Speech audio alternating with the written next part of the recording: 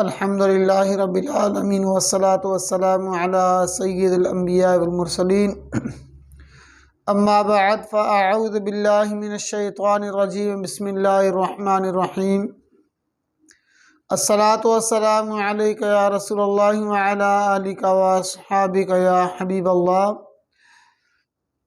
میں ہوں ساجد علی، آپ چینل دیکھ رہے ہیں اسلامک نالج ساجد علی۔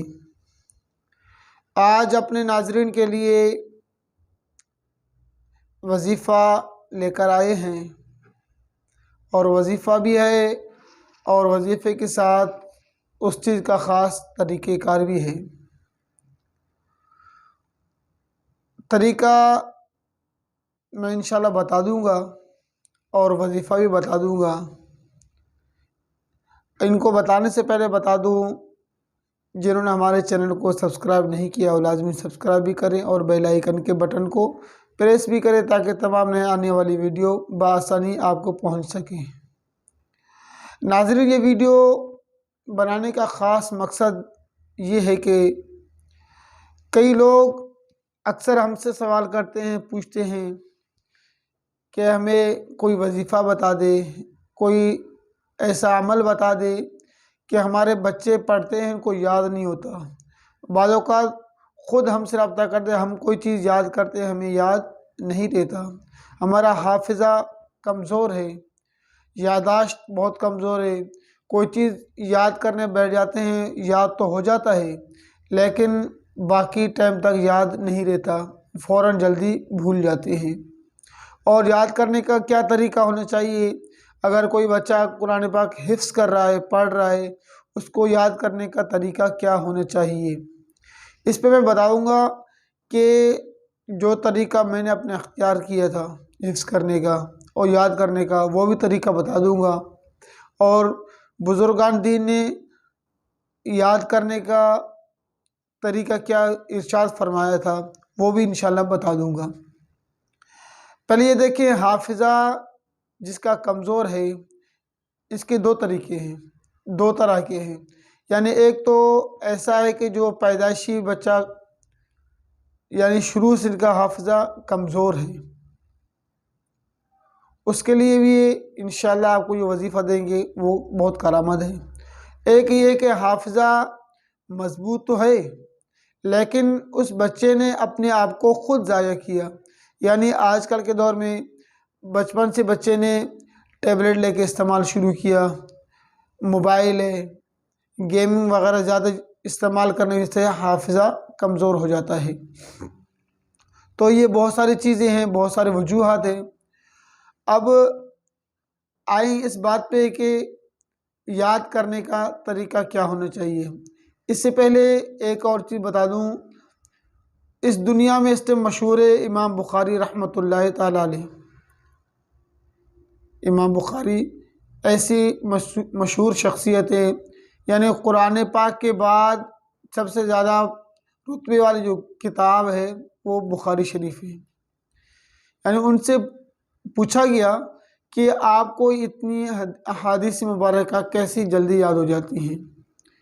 انہوں نے فرمایا کہ بار بار پڑھنے سے اور کتاب کو بار بار دیکھنے سے یہ حافظہ مضبوط ہو جاتا ہے اور یاد رہتا ہے۔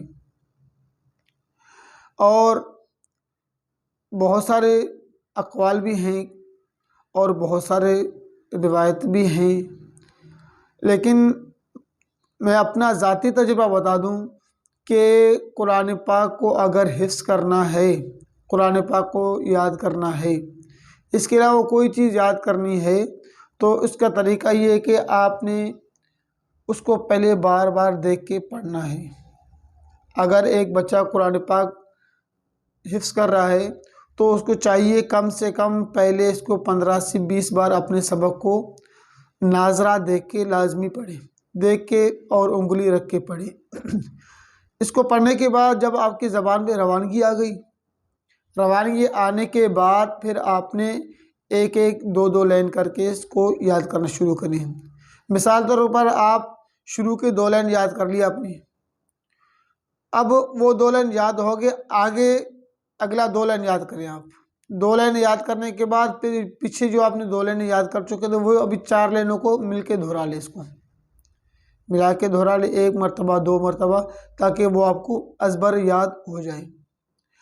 اب اس کے بعد پھر اس طرح کنٹینیو 2 لائنیں کر کے یاد کرتے جائیں۔ مثال تو آپ کا سبق 25 لائنیں یا 24 لائنیں، اس طرح 2 لائنیں کر کے پورا آپ نے یاد کیا، 2 لائنیں یاد کی، پھر پچھلے آپ نے 4 لائنیں ملا لی ہے، پھر آپ کے 6 لائنیں ہو گئے، اگلی 2 لائنیں یاد کی، پھر 6 لائنیں ملا کے آپ 8 لائنیں یاد کریں۔ اس طرح یاد کرتے جب سبق کے اینڈ تک جائیں گے آپ، پھر اس کے بعد پھر آپ نے اس کو الٹے طریقے سے شروع کرنا، یعنی آخر کے 2 لائنیں آپ نے یاد دہرانے ہیں، آخر کے 2 لائنیں دہرانے کے بعد پھر اس کے بعد سیکنڈ لاسٹ 2 لائنیں یاد کریں، اس کو پورے کو 4 لائنیں دہرا لیں، پھر 6 لائنیں آخر کے اس طرح دہرائیں۔ جب شروع سے اس طرح کرنا شروع کریں گے اور آخر اس طرح کریں گے، پھر آپ کا سبق آپ کو مکمل طور پر یاد رہے گا۔ اس کی وجہ کہ بعض اوقات اکثر یہ دیکھا گیا ہے کہ سبق بچہ یاد کرتا ہے، شروع کے 10 لائنیں بہت اچھے انداز سے یاد ان کو، لیکن آخر کے جو 10 لائنیں ہیں اس میں اس کو سبق میں اٹکے آ رہی ہیں، غلطیاں بھی آ رہی ہیں، رک رک کے پڑھ رہے ہیں۔ کیوں؟ اس کی وجہ ہے کہ شروع کے 10 لائنوں میں محنت کی، بار بار پڑھتے رہے اس کو، اور آخر کو اتنا ٹائم نہیں ملا۔ مثال کے شروع کے 10 لائنوں کو ان کو ملا ہے 50 مرتبہ پڑھنے کا موقع ملا ہے، اور آخر کے جو 10 لائن ان کو 30 مرتبہ 25 مرتبہ پڑھنے کا موقع ملا ہے۔ اور ظاہر سی بات ہے ایسی ہوگی تو آخر کے 10 لائنیں وہ سبق کمزور رہیں گے۔ تو اگر ہم شروع سے بھی اس طرح کریں اور آخر سے بھی اس طرح کریں، میں مانتا ہوں اس میں ٹائم زیادہ لگے گا، لیکن سبق آپ کو ایک اچھے طریقے سے یاد رہتا ہے۔ پھر جب سبق آپ کا یاد رہے گا تو آپ کو سب کی آپ کی پکی ہو جائے گی، اور جب سب کی آپ کی یاد رہے گا آپ کو، تو سب کی کے ساتھ آپ کی منزل آپ کا پختہ ہونا شروع ہو جائے گا، یعنی منزل آپ کا پختہ رہے گا۔ جب منزل حفظ کے دوران پختہ رہا تو آخر تک آپ کا منزل مکمل پختہ رہتا ہے۔ اب یہ تھا اس کا تجربہ طریقہ۔ اب اس کو اور حافظے کو مضبوط کرنے کا جو وظیفہ ہے، آپ نے نماز فجر کے بعد یا علیم 41 بار پڑھنا ہے، اور کلونجی کے 3 دانے لینے ہیں۔ کلونجی کے 3 دانوں پر یا علیم 41 مرتبہ پڑھ کر دم کرنا ہے، اور اس کو نیم گرم پانی میں ڈال کے اس کو آپ نے لینا ہے۔ یہ آپ نے اس کو کریں، انشاءاللہ کوشش کریں اس کو 40 دن کنٹینیو کریں، انشاءاللہ اس سے بہت فائدہ ہوگا، بہت حافظے کو کبھی تقویت مل جائے گی انشاءاللہ اس سے۔ اللہ تعالی ہم سب کو صحیح معنی پڑھنے اور صحیح چیزیں استعمال کرنے کی توفیق عطا فرمائے۔